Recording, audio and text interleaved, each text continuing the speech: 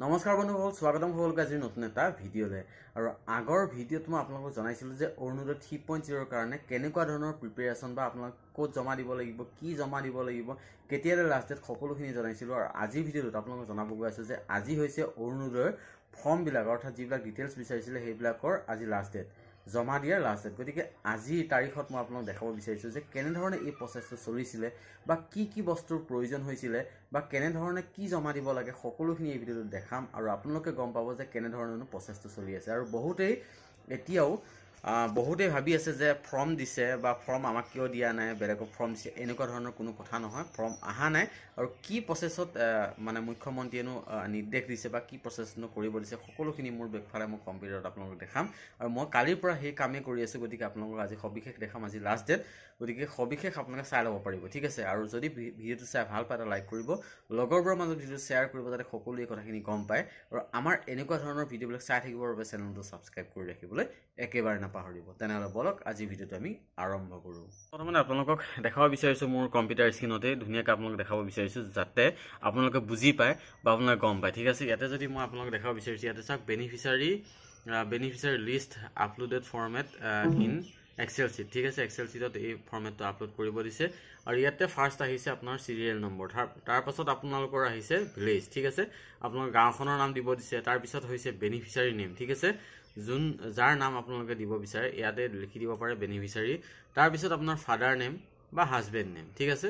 ধৰি লওক আপোনাৰ গাঁওখনৰ নাম লাগিব, ইয়াতে আপোনাৰ নাম লাগিব, ইয়াতে ফাদাৰ নেম বা হাজবেণ্ড নেম দিব লাগিব।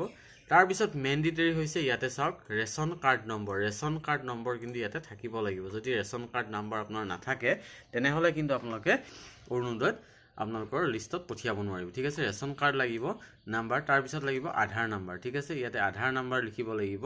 আৰু ইয়াতে আহিব একাউণ্ট নাম্বাৰ, অৰ্থাৎ আপোনালোকৰ যোনটো বেংকৰ একাউণ্ট দিব আধাৰ লিংকিং, ইয়াতে একাউণ্ট নাম্বাৰটো ইয়াতে দিব লাগিব। তাৰপিছত আপোনাৰ বেংক নেম, অৰ্থাৎ কোনটো বেংকৰ একাউণ্ট হয় এই বেংকটোৰ নাম ইয়াতে লিখিব লাগিব, ঠিক আছে। তাৰপিছত সৰ্বশেষত হৈছে IFSC কোড। আৰু এইকেইটা বস্তু দিয়াৰ পিছত কি হ'ব, তেখেতলোকে নিৰ্ধাৰণ কৰিব যে এই মানুহগৰাকীয়ে পাব লাগেনে বা নালাগে, কি হয় তেখেতলোকে নিৰ্ধাৰণ কৰিব। কিন্তু ইয়াতে চিট 3টা দিছে, মই ইয়াতে দেখাব বিচাৰিছোঁ আপোনালোকক। ইয়াতে হৈছে এনেক্সাৰ 1 এটা দিছে।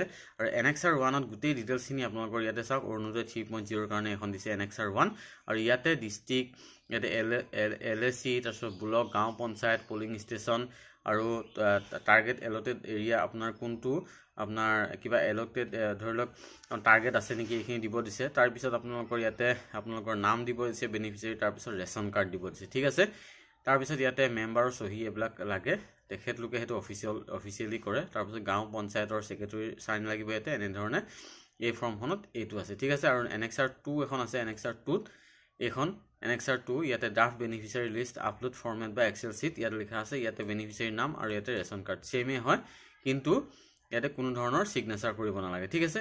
এইখন হৈছে এনেকুৱা। আৰু 3 নম্বৰ যিখন হৈছে 3 নম্বৰখন মেইন, অৰ্থাৎ মই আপোনাক প্ৰথমতে দেখাইছোঁ বেনিফিচিয়াৰী লিষ্ট আপলোডেড ফৰ্মেট বা এক্সেল চিট, ঠিক আছে। ইয়াতে এই ফৰ্মখন মই অলৰেডি ইয়াতে ফৰ্ম ফিল আপ কৰি মই থৈ দিছোঁ। আৰু এইবিলাক ফৰ্ম আজি ইয়াৰ পৰা মানে পঞ্চায়তত দিয়া যাব, ঠিক আছে।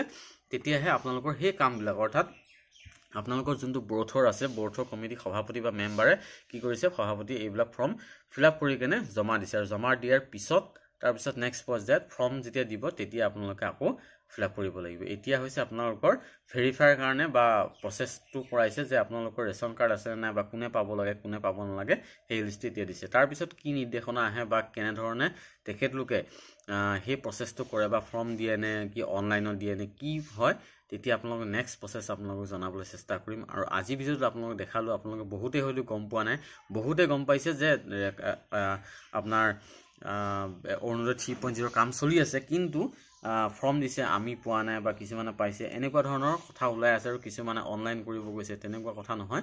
ইয়াতে ধুনীয়াকৈ আপোনাৰ অনলাইন নহয়, ইয়াতে এক্সেল চিটত ভৰাব দিছে। আগতে লিখা ফৰ্মবিলাক দিছিলে, কিন্তু এতিয়া লিখা ফৰ্ম বন্ধ কৰি এক্সেল চিটত দিবলৈ কৈছে আৰু এক্সেল চিট বনাই দিছে তেখেতলোকে।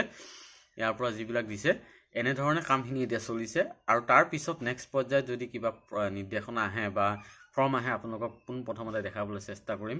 যিহেতু আজি লাষ্ট ডেট, গতিকে আপোনালোকক এই ফৰ্মখন দেখালোঁ। এইকেইদিন বহুত মানুহে কষ্ট কৰি আছে এইবিলাকৰ কাৰণে, আপোনালোকে নাভাবিব যে আপোনালোকে পোৱা নাই বা আপোনালোকৰ কাৰণে কোনো কষ্ট কৰা নাই। আপোনালোকৰ বৰ্থৰ কমিটি বোৰ্ড কমিটিৰ মেম্বাৰ বোৰ্ড কমিটিৰ সভাপতি সেক্ৰেটাৰী বহুখিনি কষ্ট কৰি আছে যাতে আপোনালোকে শুদ্ধকে বা যোনখিনি মানুহে পাব লগা সেই মানুহখিনি যাতে পায় ধুনীয়াকৈ তেখেতলোকে বহুখিনি কষ্ট কৰিছে আৰু সেই হিচাপত এই ফৰ্মবিলাক আজি জমা কৰিব আৰু এইখনেই ফৰ্মখন আপোনালোকে দেখালো ফৰ্ম মানে এক্সেল চিট হয় গতিকে এই এক্সেল চিটটোৰ দ্বাৰাই আপোনালোকৰ মানে অৰুণোদয় 3.0 আপোনালোকে লাভ কৰিব ঠিক আছে আৰু আজিৰ ভিডিঅ'টো আপোনাক এইখিনি দেখালো যদি এই ভিডিঅ'টো চাই ভাল পাইছে বা এই ভিডিঅ'টো ইনফৰ্মেটিভ বুলি ভাবিছে ভিডিঅ'টো সকলোৰে মাজত শ্বেয়াৰ কৰিব যাতে সকলোৰে বিভ্ৰান্তিবোৰ ভাঙি যায়